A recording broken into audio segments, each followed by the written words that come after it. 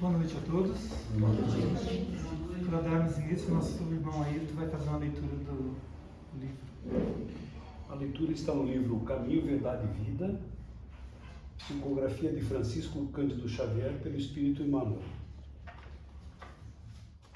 E o título é Como Pedes. Até agora nada pedistes em meu nome. Pedi e recebereis, para que o vosso gozo se cumpra. Jesus está em João, capítulo 16, versículo 24. Em muitos recantos encontramos criaturas desencantadas da oração. Não prometeu Jesus a resposta do céu aos que pedissem no seu nome? Muitos corações permanecem desalentados porque a morte lhes roubou um ente amigo, porque desastres imprevistos lhes surgiram na estrada comum. Entretanto, repitamos, o Mestre Divino ensinou que o homem deveria solicitar em seu nome. Por isso mesmo, a alma crente convicta da própria fragilidade deveria interrogar a consciência sobre o conteúdo de suas rogativas ao Supremo Senhor, no mecanismo das manifestações espirituais. Estará suplicando em nome do Cristo ou das vaidades do mundo? Reclamar em virtude dos caprichos que obscurecem os caminhos do coração é atirar ao divino sol a poeira das inquietações terrenas. Mas pedir em nome de Jesus é aceitar-lhe a vontade sábia e amorosa, é entregar-se-lhe de coração para que nos seja concedido o necessário. Somente nesse ato de compreensão perfeita do seu amor sublime encontraremos o gozo completo, a infinita alegria. Observa a substância de tuas preces. Como pedes? Em nome do mundo ou em nome do Cristo? Os que se revelam desanimados com a oração confessam a infantilidade de suas rogativas. Então vamos à nossa prece. Vamos elevar o nosso pensamento a Deus, pedindo que abençoe a cada um de nós, agradecendo por essa casa que nos recebe, agradecendo por nossas vidas, pelos nossos familiares, pelos nossos amores, e pedindo, abençoe, Mestre, cada um de nós, que nos ampare a nossa caminhada, fortaleça a nossa fé, guiando os nossos passos, e seja sempre conosco, que assim seja. Que assim seja. Hoje quem vai trazer os ensinos para nós é Telmo Flores, ele é vinculado à casa João Guignone em Campo Largo, ele é divulgador da doutrina espírita por todo o Paraná, e vai passar para nós o canal do YouTube, que tem muita palestra boa lá para a gente ver. Então, Deus te abençoe. Boa noite a todos. Boa noite aos internautas que nos acompanham no canal da casa. É uma alegria estar aqui, que Jesus seja a nossa inspiração sempre. Na verdade, eu não gosto muito de fazer muita propaganda, de canal, porque dá a impressão que a gente está querendo chamar a atenção para nós, mas o objetivo do canal do YouTube é apresentar a doutrina dos Espíritos. E até já vou adiantar aqui, porque está saindo um novo canal, sem personalização, com audiobooks, ou seja, as palestras que eu já fiz aí, mais de 100 e tantas, quase 200 palestras, transformando em texto, e de textos pelo uso da inteligência artificial, transformando em voz e apresentando audiobooks no YouTube. Assim a gente tira esse foco de personalizar, que não é o nosso objetivo aparecer. O objetivo é aparecer a mensagem e aparecer as lições de Jesus. Então amanhã já deve estar saindo, abrindo o canal, com 10 palestras para a gente iniciar. Aí sim, se as pessoas quiserem assistir, contribuir e coisas desse gênero. E o objetivo desse canal, ele surgiu especificamente, principalmente, não especificamente, mas especialmente, para atingir aquelas pessoas que são simpatizantes e que não vêm à casa espírita, mas gostariam de conhecer a doutrina espírita, às vezes não entram na casa espírita comprar um livro, mas gostariam, têm interesse. Então, mas também aqueles que frequentam a casa espírita. Tá? E desse material vai sair depois os e-books, tá? Para vocês ler nas redes sociais, nos canais. Tem um canal que eu nem conheço direito, que tem um pessoal colaborando com isso. Né? Tem alguém patrocinando, porque isso aí tem um custo. Meu irmão resolveu patrocinar, achou que valia a pena patrocinar. Contratou alguém para fazer a parte técnica de redes sociais. E estamos investindo nesse processo. E esses e-books, eles terão um foco especialmente auxiliar nos estudos. Não é que falte material na doutrina espírita, sobra material. Né?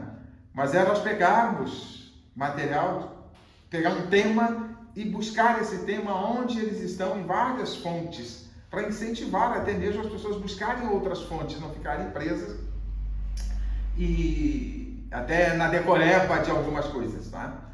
Mas esses e-books vão sair mais tarde, tá? Tem que sair, as coisas têm que sair meio na medida do possível, né? Então, mas eu tenho um canal no YouTube que tem 150 e poucas palestras lá, chamado, no canal, aí tá no meu nome, Telmo Flores dos Santos, tá? Só procurar lá, se alguém gosta. Como eu digo, infelizmente tem gosto para tudo, né? Então é possível que alguém se interesse, né? Mas é material, é falando de amor com tanta futilidade que a gente tem. Eu tenho falado sobre isso nas redes sociais. Que tal a gente procurar mais pessoas, materiais que nos enriqueçam e nos aproximem de Deus e que nos façam sintonizar um pouquinho mais com Ele e fugir das nossas tendências, como falava Dilma agora há pouco nos estudos da casa. O tema hoje é oração e eu vou começar com um poema. É um poema de Alta de Souza que está no livro Parnaso de Além Túmulo, a primeira obra de Chico Xavier. 57 ou 58 autores psicografaram vários materiais para que Chico publicasse essa obra. Ali eles já deram o tom da conversa com o Chico, né? Depois ele psicografou mais de 400 obras. Já avisaram na primeira obra, ó, te prepara que o trabalho é árduo. E foi realmente um trabalho gigante do Chico. Isso foi 400 obras, fora as cartas e outros trabalhos que ele fazia, trabalhos sociais e assim por diante. O Chico foi um gigante, né? Quem dera a gente pudesse ser um cisco que nem ele, né? Ou próximo dele, que ele dizia que não era Francisco, né? Ele dizia eu sou um cisco, né? E diz Alta de Souza: meu irmão, as tuas preces mais singelas são ouvidas no espaço ilimitado. Mas sei que às vezes choras consternado ao silêncio da força que interpelas. Volve ao teu templo interno abandonado, a mais alta de todas as capelas, e as respostas mais lúcidas e belas hão de trazer-te alegre e deslumbrado. Ouve o teu coração em cada prece, Deus responde em ti mesmo e te esclarece com a força eterna da consolação. Compreenderás a dor que te domina na linguagem pura e peregrina da voz de Deus em luz de redenção. Um poema lindíssimo. Eu estou pensando, inclusive, já nesses canais que a gente por aí, usar a inteligência artificial para botar música e voz em alguns desses poemas e colocar disponível. Porque muita gente gosta de música, né? Então, que tal a gente também levar a música como fator contribuinte para crescermos um pouquinho e buscarmos esse conhecimento maravilhoso que os enviados divinos nos trazem a partir do plano espiritual, como o caso de Alta de Souza, ou a partir deste plano. Temos muito material. Mas nesse poema de Alta de Souza, ela começa: as tuas preces mais singelas são ouvidas no espaço ilimitado. As preces mais simples, muitas vezes nós ficamos, vamos usar uma expressão bem popular, cheio de dedos, com medo de fazer uma prece. Eu até brinco, né, que o privilégio de fazer uma prece é um privilégio.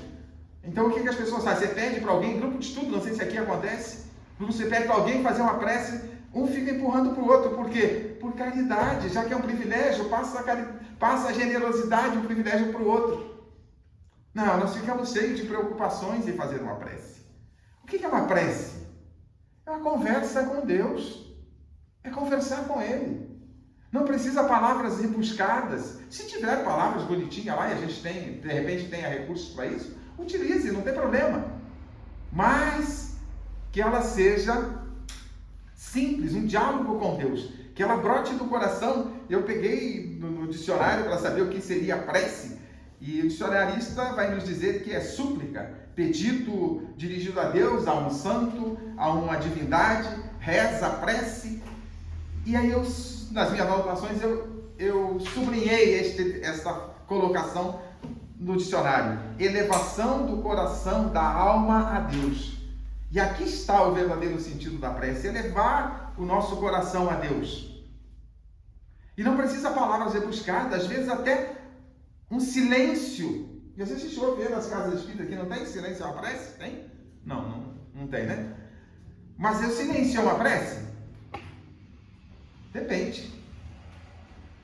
O silêncio externo é parte do silêncio, mas o silêncio que é uma prece é o interno, é aquele que a gente faz na nossa intimidade. Às vezes a gente está quietinho, silencioso, mas a mente está ali fervilhando. Isso não é silêncio, isso não é prece. Prece é que a gente se volte para Deus, mentalmente, por pensamento, por palavras, não importa. E podem ser as mais simples possíveis. E aí eu lembro, para trazer a simplicidade, eu lembro de uma passagem que está no Momento Espírita. Eu não vou lembrar o título dessa passagem do Momento Espírita, mas é falando a história de um tal de Zé. O Zé entrava na igreja todo dia às 18 horas. Parava em frente à cruz, em frente a Jesus, simbolicamente. Ficava ali alguns segundos e saía. Até que alguém ficou meio desconfiado. O que esse cara vem fazer aqui? Entra e já sai. Né? Até deve ter ficado desconfiado. Ele está pensando, olhando, observando, para de repente vir roubar alguma coisa. E aí alguém chegou e foi conversar com o Zé. Zé, o que você vem fazer aqui todos os dias? Eu venho orar. Mas você entra e sai. Não, é que eu não sei fazer essas preces de vices. Eu simplesmente chego aqui e digo: oi Jesus, eu sou o Zé, vim te visitar. E saio. Aí um dia o Zé, por alguma razão qualquer que eu não lembro, tá no Momento Espírita, adoeceu, foi para uma enfermaria.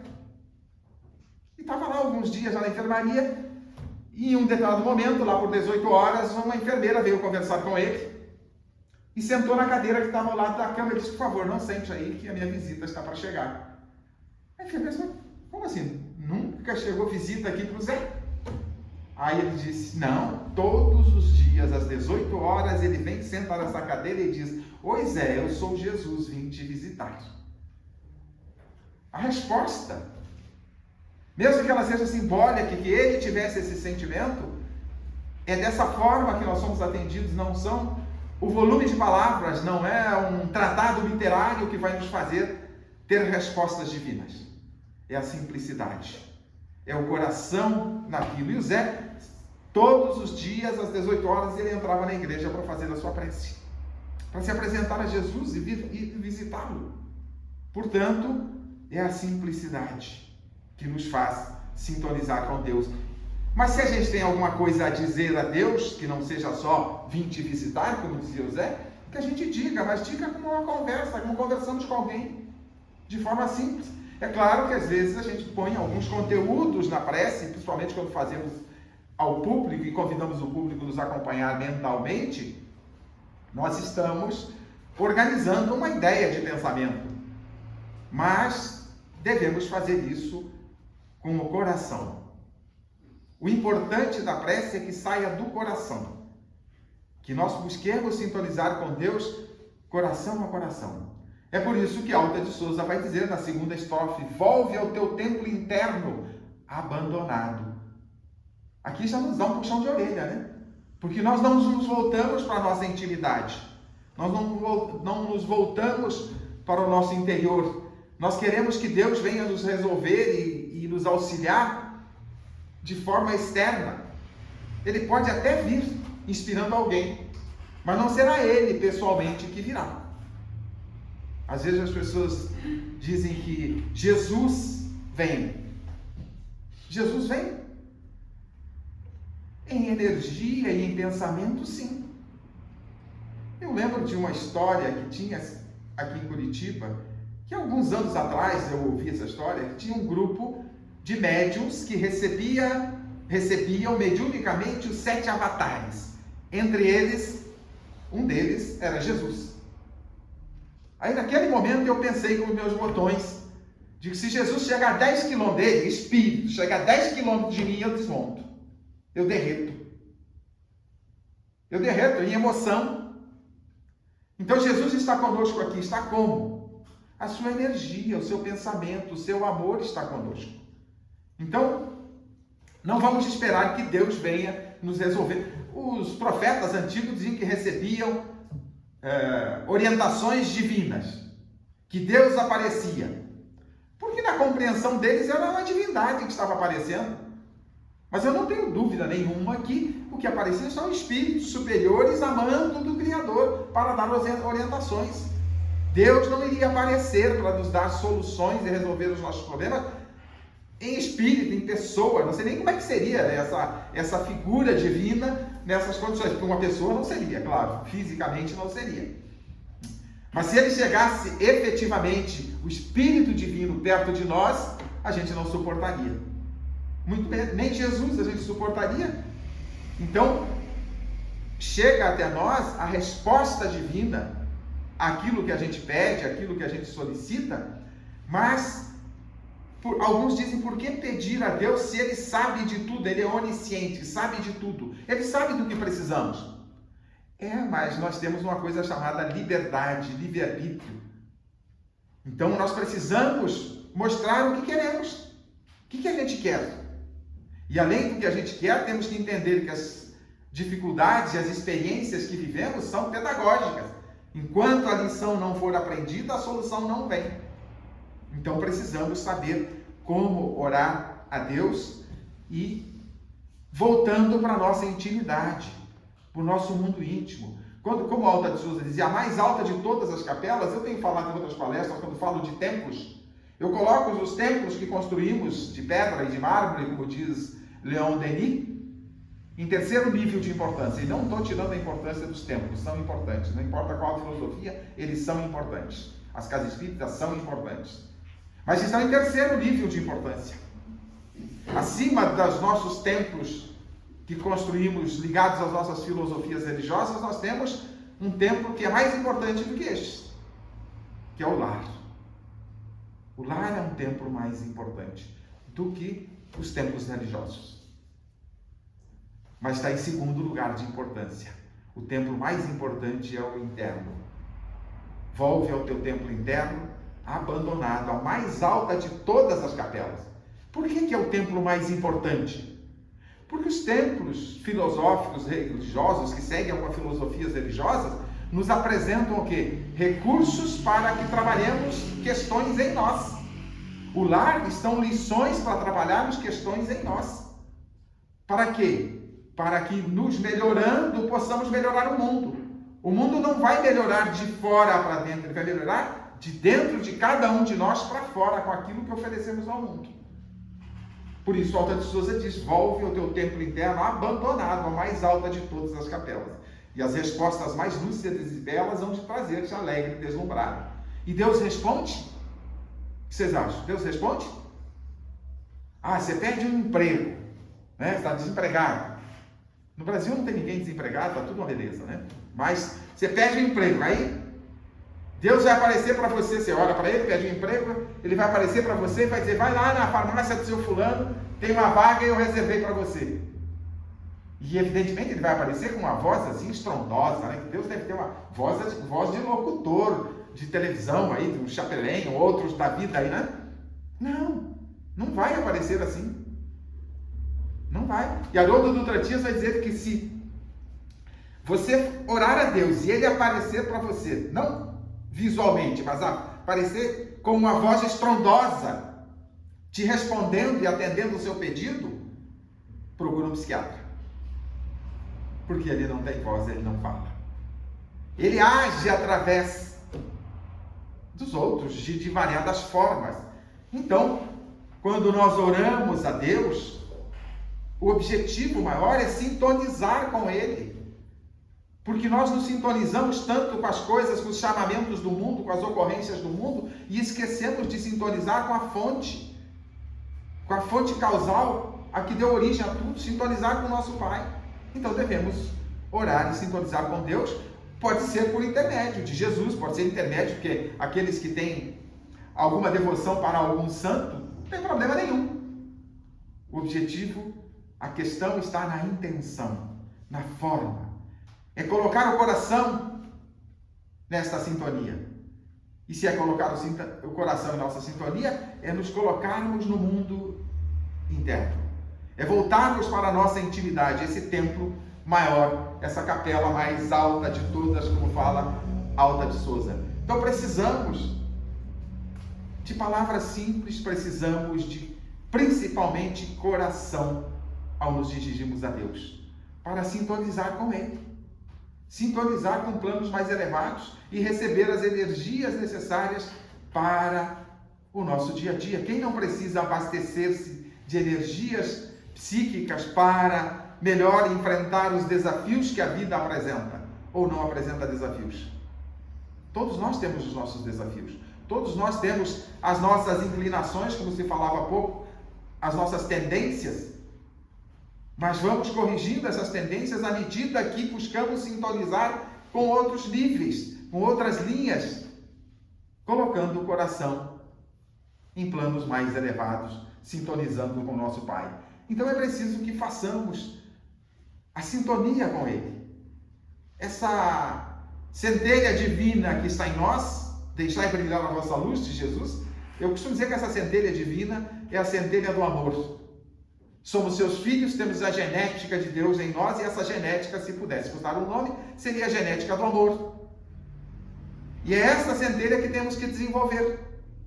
E à medida que aproximamos, que sintonizamos com planos mais elevados, nós estamos nos encaminhando na direção do nosso objetivo. Agora é preciso que façamos a nossa parte. É preciso que não basta só orar, mas é preciso agir também. Agir no bem, agir nas lições desses enviados divinos que nos trazem, especialmente Jesus, nos trouxeram para nos encaminhar na direção de voltarmos à casa do Pai, quais filhos pródigos que os somos. Então precisamos trabalhar em nós. E uma boa maneira de minimizar os efeitos das experiências amargas que temos que enfrentar para aprender as lições necessárias, e eu tenho dito que, ao invés de reclamar das experiências, devemos perguntar às experiências o que preciso aprender com elas. Não tem outra finalidade, não tem punição. Falou-se agora há pouco aqui que Deus não pune, não castiga. Deus não pune, não castiga. Não devemos também nos focar no sentimento de culpa. Temos que ter consciência que somos frágeis ainda e erramos. Mas o importante de tudo isso é reconhecer os nossos erros e nos voltarmos a Deus, principalmente com o coração para pedir a Ele que nos dê força para enfrentar os nossos desafios. Podemos até pedir, mas não é o ideal pedir a Ele que resolva os nossos problemas, mas que nos dê força para enfrentar os nossos problemas, porque os problemas, as dificuldades, as experiências fazem parte da pedagogia divina para nos ensinar. E naturalmente eles vão desaparecer quando nós aprendermos as lições. Mas quanto mais nós sintonizamos com planos mais elevados, através da sintonia, com a oração, momentos de introspecção e olharmos para dentro de nós, olhar para as nossas imperfeições, falava-se agora há pouco, olhar para as nossas imperfeições e tomar contato com elas, não para sentir peso de culpa, de qualquer resultado negativo, de acharmos que nós somos as piores coisas do mundo. Não é isso. É olhar para as nossas imperfeições e entender que temos coisas a corrigir. A partir de fazermos isso, nós já estamos nos propondo a sintonizar com o nosso Pai. Porque o que Ele quer? Que nós reconheçamos as nossas más inclinações e, a partir desse reconhecimento, que chamamos de autoconhecimento, possamos ir corrigindo isto em nós. Mas o primeiro passo é reconhecer. Como é que eu posso corrigir as minhas imperfeições se eu me acho o cara mais perfeito do mundo? Não tenho que corrigir. Não tem nada a fazer. E aí está um grande erro, nós temos o que corrigir. Então, sintonizar com planos mais elevados, buscar a oração. Quanto tempo por dia nós gastamos? Aqui é uma pergunta que fica no ar para cada um responder para si. Quanto tempo você gasta para voltar-se para dentro de si, sintonizar com a divindade que está em si? Deus está em nós. Deus está em todos os lugares, mas está dentro de nós, e principalmente pela centelha divina, da paternidade divina, somos seus filhos. Quanto tempo a gente gasta para isso? Quanto tempo a gente gasta nas redes sociais? Não precisa responder, tá?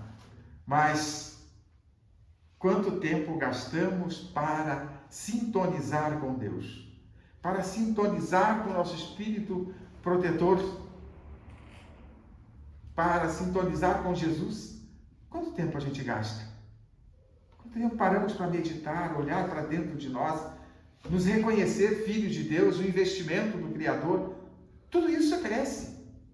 Tudo isso é prece. Ficar em silêncio, olhando para a nossa intimidade, nos reconhecendo filho de Deus, é uma prece. Trabalhando no bem, é uma prece. Arar é orar, tem um ditado que diz, arar é orar. Então precisamos buscar sintonias melhores para que as energias salutares, boas, mais elevadas, nos ajudem no enfrentamento dos nossos desafios diários. E Kardec, falando da prece, na pergunta 658 do Livro dos Espíritos, ele questiona os espíritos. A prece é agradável a Deus? Será que Deus se interessa pelas nossas preces? É mais ou menos isso que ele está perguntando.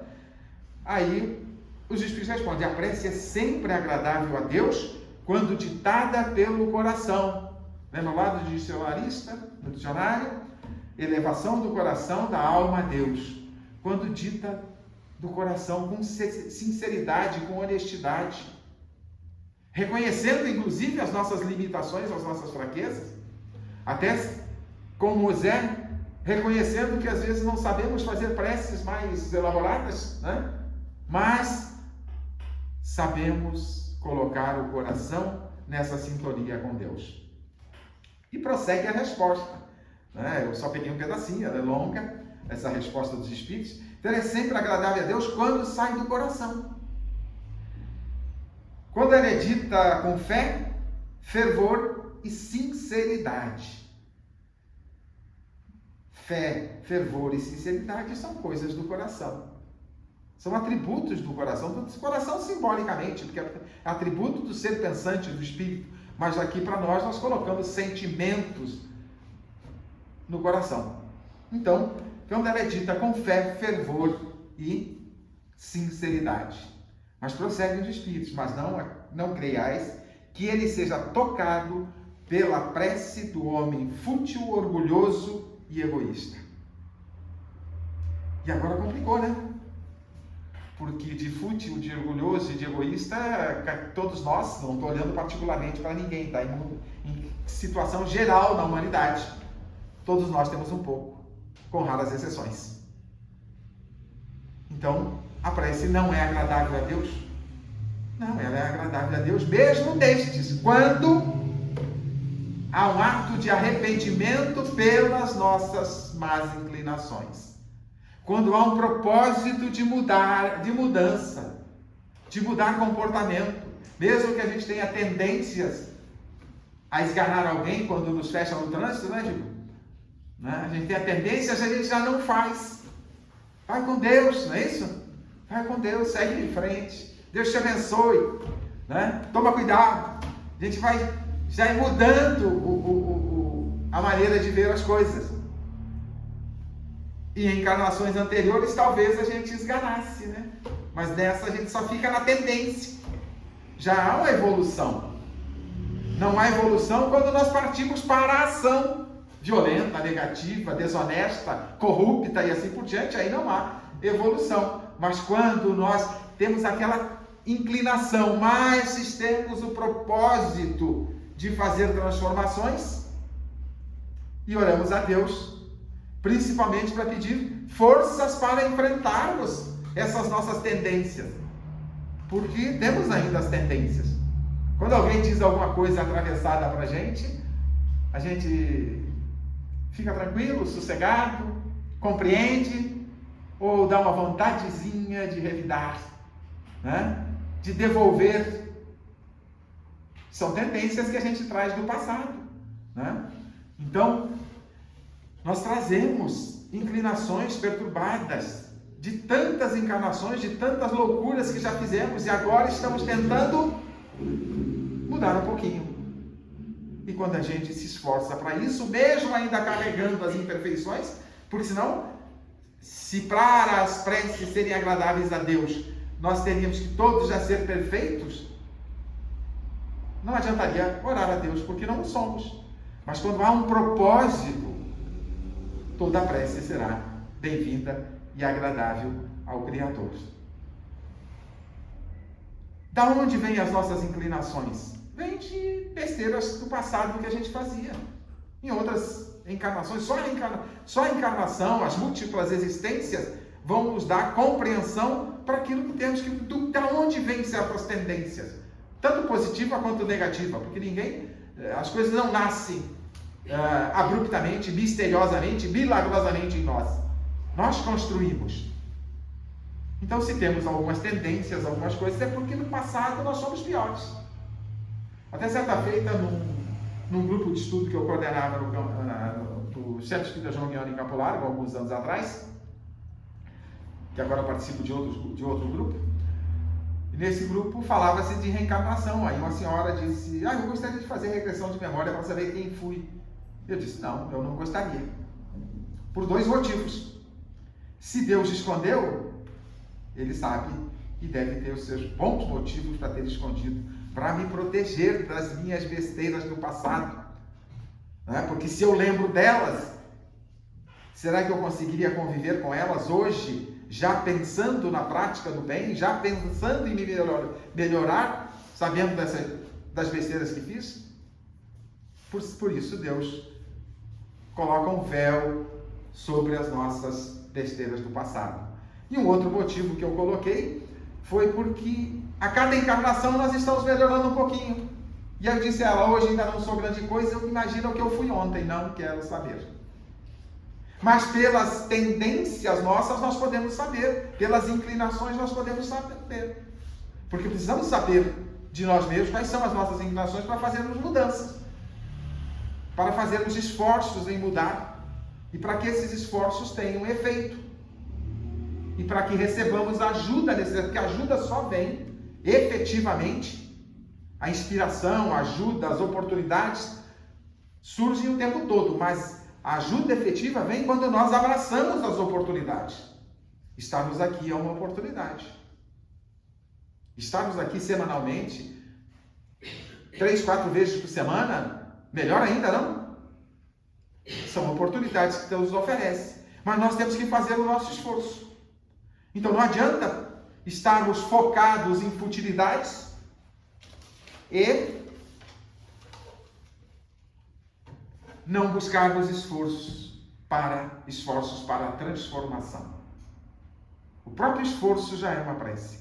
A própria vontade e dedicação, esforço em mudar, mesmo que de vez em quando eu escorregue, a minha tendência me chama para lá, mas eu faço uma força para vir para cá, só isso já é algo reconhecido por Deus. Mas quando vivemos da futilidade ou coisas desse gênero, pouco efeito tem. Terá um momento que nós mudarmos as nossas vontades. E nesse sentido da futilidade e coisas desse gênero, eu vou usar um Pai Nosso interpretado aqui, meditado, atribuído a Chico Xavier. Não encontrei nenhuma obra do Chico, mas ele se encontra na rede social como sendo um Pai Nosso meditado produzido por Chico Xavier. Eu não sei se alguém souber a obra, mas na rede social você procura, não acha a obra. Mas diz assim, mas mesmo que não seja do Chico, não importa, o teor dele é importante para refletir na direção que estamos conduzindo. Será inútil dizer Pai Nosso se em minha vida não ajo como filho de Deus, fechando meu coração ao amor. Será inútil dizer que estás no céu se os meus valores estão representados pelos bens da terra. Será inútil dizer santificado seja o vosso nome se penso apenas em ser cristão por medo, superstição ou comodismo. Aquilo que eu costumo chamar de frequentadores de templos, né? Só frequentamos templos, mas não fazemos nada com aquilo que os templos propõem. Será inútil dizer venha a nós o vosso reino se acho tão sedutora a vida aqui, cheia de supérfluos e futilidades. Será inútil dizer seja feita a vossa vontade assim na terra como no céu, se no fundo o desejo mesmo é que os meus desejos sejam realizados. Será inútil dizer o pão nosso de cada dia dai-nos hoje, se prefiro acumular riquezas desprezando meus irmãos que passam fome. Será inútil dizer perdoai as nossas ofensas, assim como nós perdoamos a quem nos tem ofendido, se não me importo em fazer injustiças, oprimindo e magoando aos que atravessam o meu caminho. Será inútil dizer, e não nos deixeis cair em tentação, se escolho sempre o caminho mais fácil, que nem sempre é o caminho certo. Será inútil dizer, mas livrai-nos do mal, se por minha própria vontade procuro os prazeres materiais e tudo o que é proibido me seduz. Será inútil dizer amém, porque sabendo que sou assim, continuo e nada faço para me modificar. É o que a gente está falando da utilidade ou da inutilidade da prece, do sentido se não fazemos a nossa parte. É preciso que façamos a nossa parte. Portanto, é preciso que nas nossas preces não sejamos perfeitos, porque não somos, mas que coloquemos o nosso coração e o nosso propósito em nos melhorar a cada dia. Aí nós receberemos a energia do amparo, da inspiração, do auxílio para vencermos a nós mesmos. E Kardec prossegue. Então, qual seria o caráter geral de uma prece? Na pergunta seguinte, 659, geral de uma prece. É um ato de adoração. Orar a Deus é pensar nele, se aproximar dele e colocar-se em comunicação com ele. Pela prece pode-se propor 3 coisas: louvar, pedir e agradecer. É o que nós falamos há pouco. Orar é sintonizar com Deus, é nos colocarmos em sintonia com Ele. É conectarmos a centelha divina que está em nós com a fonte causal, que é o próprio Criador. E devemos colocar nas nossas preces, de acordo com os momentos, mas preferencialmente, que as nossas preces tenham um louvor a Deus, uma rogativa e um agradecimento. Dentro dessas 3 coisas, louvar, pedir e agradecer, quais mais nós fazemos frequentemente? Quais seriam? Agradecemos? Louvamos? Ou mais pedimos do que qualquer outra coisa? Não tem problema pedir. Devemos pedir ao nosso Pai, é claro. O que é louvar a Deus? Em simples palavras, seria reconhecer a sua grandeza, reconhecer a paternidade divina, reconhecer que somos o investimento dele, que somos seus filhos, e que ele, como pai, cuida dos seus filhos. Reconhecer, olhando a obra, a grandeza do Criador. E assim nós vamos reconhecendo e percebendo a grandeza de Deus e sendo louvando a Ele. O Pai Nosso, Jesus começa: santificado seja o vosso nome. Então, é uma maneira de reconhecermos e louvarmos a Deus. Porque muitas vezes o que a gente faz? A gente se coloca no nível com Ele. A gente não está nesse nível com Deus. Nós precisamos nos colocar na nossa condição de seres humildes, de filhos. E na condição de filhos, o Pai é superior. E onde está o exercício para isso? Dentro de casa. Muitas vezes, nos tempos atuais, nós vemos o papel de pais invertidos. Os filhos passam a ser os mandantes, os ditadores dentro dos lares. Há um papel divino. Papel de pais, papel de filhos. Filhos obedecem e seguem as orientações dos pais. Há uma hierarquia, inclusive, entre irmãos. O irmão mais velho tem uma hierarquia sobre o irmão mais novo. Não autoritária, autocrática, mas de orientação, de auxílio, de amparo, porque se ele é mais velho, por certo, ele tem mais experiência, tem mais condições.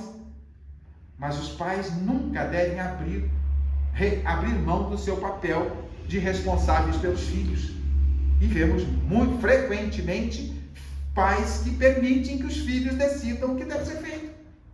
E aí queremos que as coisas funcionem. Seria a mesma coisa que nós queremos dizer a Deus como é que o universo deve funcionar. Que tipo de lei ele deve pôr. Né? E às vezes Kardec foi interrogado por que Deus não se mostra a nós, por que ele não mostra o mundo espiritual claramente. Por que ele não facilita as nossas vidas? Pois é. Por que ele não resolve os nossos problemas? Eu tinha um amigo e Kardec vai falar mais ou menos nessa direção, mas eu tinha um amigo que dizia, pois é, que pena que Deus, para fazer determinadas regras, não te consultou. É dele. Então nós temos que olhar Deus como Pai e com o respeito necessário à paternidade divina. Portanto, reconhecer e louvar a Deus. Agradecimento. Temos motivos para agradecer a Deus? Temos o que agradecer? Em qualquer situação, por mais drástica que ela seja, por mais difícil que a vida seja, nós ainda assim temos inúmeros motivos para agradecer a Deus. Um deles é estarmos neste mundo escola. Mas o maior motivo para agradecer a Deus é a existência. E eu não estou falando da existência no corpo físico. Estou falando da existência de filhos de Deus, espíritos imortais que o somos. Só isso já é motivo para a gratidão ilimitada ao Criador. Então que as nossas preces possam sempre apresentar gratidão a Deus por aquilo que Ele nos oferece, e não é pouco o que Ele nos oferece. Por maiores dificuldades que tenhamos, porque até as dificuldades, elas representam uma oportunidade de crescimento, de aprendizado, de lapidação daquilo que nós não o fizemos pelo discernimento, pela escolha apropriada. Aí vem um empurrãozinho, um cutucãozinho aqui, um cutucão ali, para ver se a gente acorda. Então, até pelas dificuldades, nós devemos agradecer a Deus e pedir forças para enfrentar os desafios que a vida apresenta. Não é solução. A solução, ela vem. Pedir solução não é necessário. Quando terminar a lição, aprendeu a lição, a solução vem no momento apropriado. Mas pedir forças para enfrentar os nossos desafios. Podemos pedir pelos outros numa prece? Devemos. Porque caridade é um ato dos mais nobres. Fora da caridade é uma salvação. E orar por alguém que sofre, que tem dificuldades, é um ato de caridade. Então as nossas preces devem conter rogativas pelos nossos irmãos que transitam neste mundo. Podemos pedir pelos outros, por nós. Como orar? Já falamos como orar. Fazendo uma sintonia interna com Deus. Orando, tirando sentimentos de nós, pelos sentimentos, pelo coração. Mas é a forma. Voz alta? Voz baixa? Palavras rebuscadas? Não. Aquilo que sai do coração é o que importa. Não precisa ser... Tem gente que gosta de orar em voz alta, às vezes até para cidade inteira ouvir, né? Porque não precisa ser, Deus não é surdo. Ele ouve até os nossos pensamentos. Aonde orar? Dentro de nós. Voltar para o nosso templo interno. Mas para voltar para o nosso templo interno, a gente precisa um pouquinho de sossego, né? Em casa, às vezes, a gente não tem esse sossego, tem? Nem sempre. Às vezes é meio tumultuado. Se a gente tem uma família meio grande, a coisa é meio tumultuada. E a gente quer orar, mas não tem um pouquinho de sossego para orar. Aonde a gente pode orar, que com certeza não seremos incomodados? No banheiro. Entra no banheiro, tranca a porta, vê se tem alguém apertado, aí vai bater lá. Senão, ninguém vai te incomodar. Aí você vai poder ficar bem sossegado para orar. Não importa onde. O que importa é que a mensagem, a comunicação, a conversa saia do coração. Então, onde nós estivermos orando para Deus. José Raul Teixeira, numa de suas conferências, há alguns anos atrás, ali no Centro de Eventos do Paraná Clube, na Avenida Kennedy, eu tive a oportunidade de assistir, e ele fez uma referência até, falando de como nós não paramos para pensar nas coisas que falamos ou agimos, porque ele falou que muita gente diz, e a gente ouve isso, né? Vou orar na igreja para orar diante de Deus, vou casar na igreja para casar diante de Deus. Há um paradoxo nisso. Ao mesmo tempo que nós pregamos que Deus é onipresente, está presente em todos os lugares, é imanente, está dentro de tudo. Será que ele está trancafiado dentro da igreja, ou dos templos, ou da casa espírita? Não. Aonde nós orarmos, aonde nós fizermos qualquer coisa, estaremos fazendo diante de Deus. É claro que nos templos o próprio clima, a energia é mais favorável para a gente concentrar-se. Mas ao que eu fizer em qualquer lugar, se eu casar numa cabana, lá no meio do mato, estou casando diante de Deus. Se eu orar no banheiro, que é mais sossegado em casa, de repente, estou orando diante de Deus.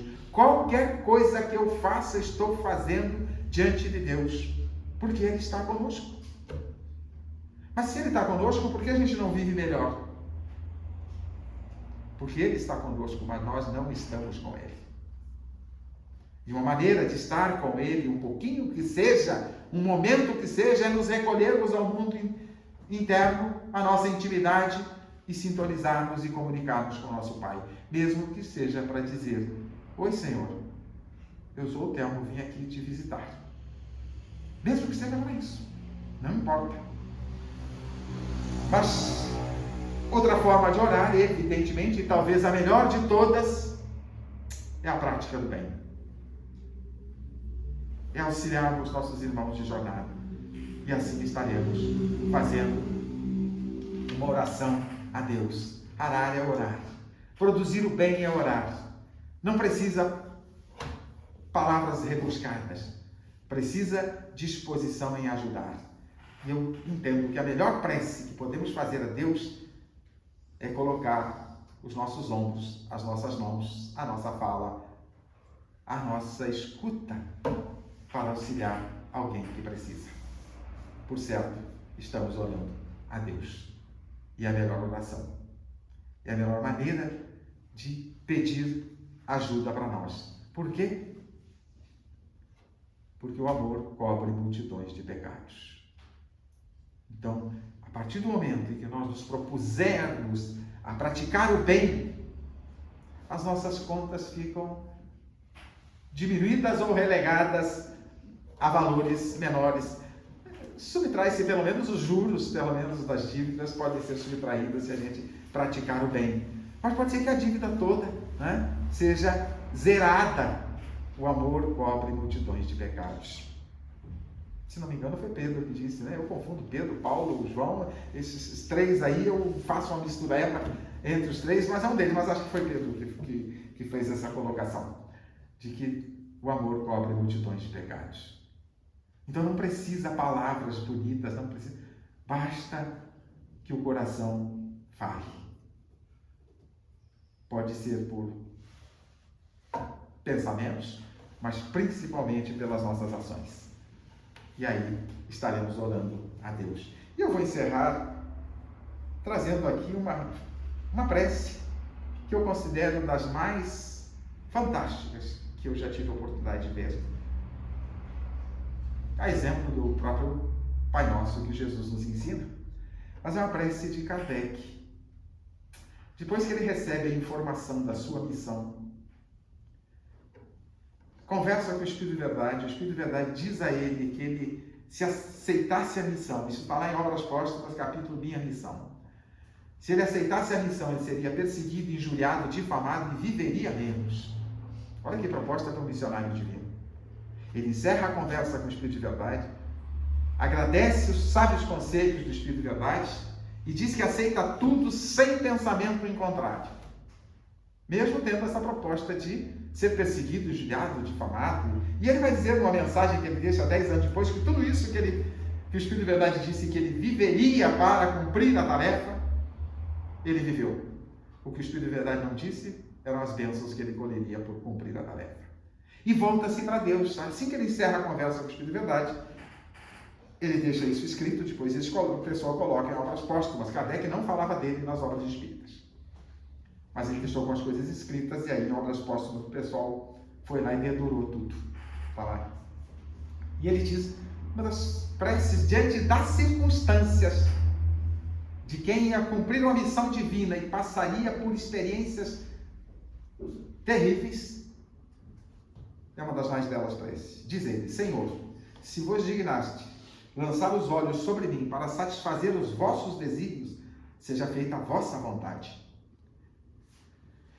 A minha vida está em vossas mãos, disponde do vosso servo. Para tão alto empenho, eu reconheço a minha fraqueza. A minha boa vontade não falhará, mas podem trair-me as forças. Supri a minha insuficiência, dai-me as forças físicas e morais que sejam necessárias. Sustentai-me nos momentos difíceis e com vosso auxílio e dos vossos celestes mensageiros, esforçar-me-ei para corresponder às vossas vistas. Uma breve prece, curtinha, mas de um conteúdo fantástico, de humildade, de reconhecimento das fraquezas, portanto, e de disposição em cumprir a tarefa e reconhecendo a grandeza do Criador. Portanto, está lá em Obras Póstumas, quem gostar, quiser, está lá em Obras Póstumas, capítulo A Minha Missão, uma prece de Kardec. Agradeço a Deus a oportunidade de refletir com vocês, a casa pelo convite, a vocês e os internautas pela paciência de me ouvirem. Muito obrigado, que Deus abençoe a todos. Então, já que falamos de prece, vamos fazer a oração. Vamos encerrar com uma prece. Vamos aproveitar as energias desse ambiente que nos aproximam de planos mais elevados e nos dirigirmos ao nosso Pai, dizendo a Ele, principalmente, da nossa gratidão. Gratidão por tudo e por tanto que recebemos, e não é pouco. Gratidão pelas oportunidades que Ele nos oferece para o nosso progresso, por esta oportunidade de estarmos aqui reunidos hoje, mas especialmente gratidão a Ti, Senhor, por teres nos enviado entre tantos emissários, o maior deles, Jesus. A Ti, querido amigo Jesus, e aos Espíritos de luz que Te auxiliam na tarefa de elevar a humanidade a Deus, a nossa gratidão. Mas a Ti, especialmente, a nossa gratidão, por teres caminhado conosco há 2000 anos, trazendo as lições imorredoras do Teu Evangelho. Lições estas que, à medida que colocamos em nossas vidas, o nosso caminho fica mais iluminado, o fardo mais leve e o jugo mais suave. Obrigado, querido amigo. Nós aproveitamos para rogar as Tuas bênçãos a todos nós, aos nossos familiares, as Tuas bênçãos aos nossos lares, às casas de oração, e a esta especialmente que nos acolhe hoje, que todos os seus trabalhadores e frequentadores possam estar sempre inspirados por Ti e conscientes de que a tarefa é Tua, não é nossa, somos aprendizes. Obrigado, querido amigo. Mas aproveitamos ainda para rogar as Tuas bênçãos aos nossos irmãos que transitam neste mundo, e muitos perambulam neste mundo, por não vos conhecer e não conhecer ao Pai. Por certo, a estes as dores se tornam mais intensas. Que a estes e a todos, de uma maneira geral, possas levar a Tua paz, a Tua inspiração e principalmente as Tuas lições. E certos, querido amigo, de que atentes às nossas rogativas e da Tua presença entre nós, Te agradecemos mais uma vez e rogamos que permaneça conosco hoje e sempre. Que assim seja. Que assim seja.